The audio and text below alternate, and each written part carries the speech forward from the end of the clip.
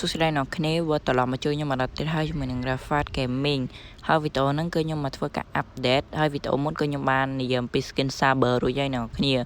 ហើយនៅក្នុងថ្ងៃខាងមុខហ្នឹងក៏មានជាមួយនឹង skin Leomon ចូលឆ្នាំចិនផងដែរអ្នកគ្នាដែល skin ហ្នឹងមើលទៅ effect skill ឬក៏ស្អាតដែរអ្នកគ្នាហើយវីដេអូក្រោយគឺខ្ញុំនឹងចេញអំពី effect អីចឹងណាហើយនេះគឺជា skin របស់ Franco ជាប្រភេទ skin special អ្នកគ្នាមើលទៅគឺរូបរាងគឺស្អាតពុកមាត់ប៉តក្រួយអីចឹងទៅ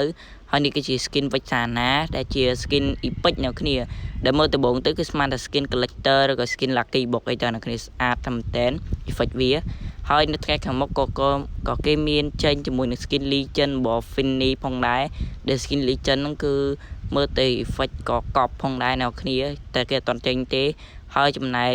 lucky box វិញក៏គេមានការកែប្រែផងដែរដូចជា skin in detailing ចឹងគឺគេកែប្រែរួចអ្នកគ្នាហើយនឹង skin របស់ Lunok ផងដែរអ្នកគ្នា skin Lunok មួយនេះក៏គេកែប្រែដែរកែប្រែទាំង background កែប្រែទាំង skill effect អីចឹងណាអ្នកគ្នាហើយចំណែក skin Kakura វិញក៏គេអត់ skin Kakura នេះគេកែតែ effect ទេចំណែក background គឺនៅដដែលអ្នកគ្នា background នៅដដែលទេអត់អីទេ